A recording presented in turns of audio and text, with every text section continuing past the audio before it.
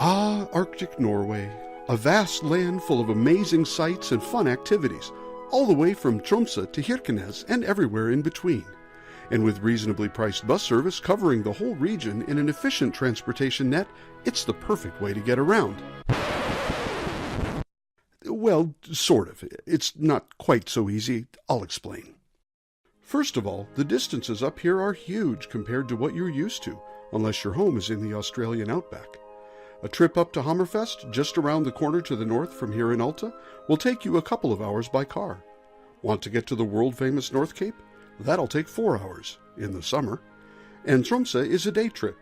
By car in good weather, you will be on the road for 6 or 7 hours if you don't stop to look around. Wherever you go, you need to make sure you have the time to get there. And then there are the buses.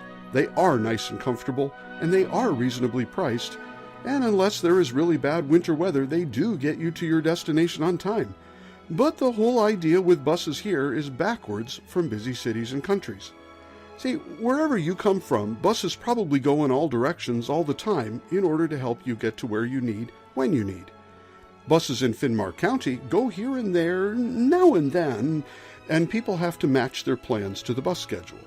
You have to get used to the idea that there is no bus that goes back and forth to the airport every 15 minutes.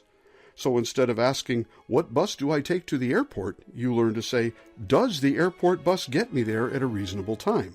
And if not, you do something different. You get used to it pretty quickly, and you start planning overnight stays and long coffee mornings as part of traveling around that way. So here is a quick overview, along with a couple of helpful tips to help you plan better for bus travel.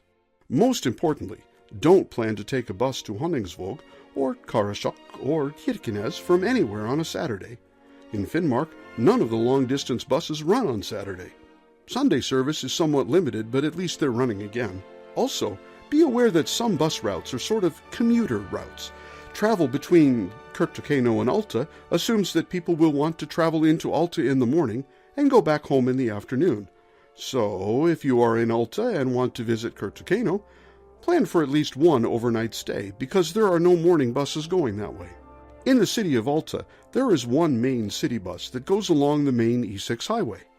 There are a few other buses here and there when school is in session, but there is absolutely nothing to remote areas like the Sortisniva Igloo Hotel or the Alta Canyon. There's almost nobody living out there, so there's no point to send a bus. There is one bus every day, each way, between Alta and Tromsø. The bus from Alta leaves either late morning or early afternoon, and the bus from Tromsø leaves in the afternoon and arrives in Alta in the evening. If you can match your plans to the bus service, prepare yourself for a pleasant journey. The roads are good, the bus drivers are friendly and helpful, and the buses are in good condition. You'll get to see some incredible countryside go past as you sit. And for the very long trips, there's always a few stops and pauses along the way so you can get out and stretch. There's no advance ticket purchase for any of the overland routes. Just show up a little early and pay for your ride on the bus. Credit cards and cash are both accepted. Don't worry about there not being room. This is Finnmark, and I've never seen 60 people lined up waiting to go to Lakselv. If you're worried about it, come 15 minutes early just to be sure. If you want to know the locals' secret for figuring out the bus system, go on the web to www.snelandia.no, that's SNELANDIA.no, and use the trip planner. And of course, we're more than happy at North Adventure to help you book buses along with tours, accommodation, and pretty much anything else you need to make your Arctic adventure a memorable one. Thanks for listening.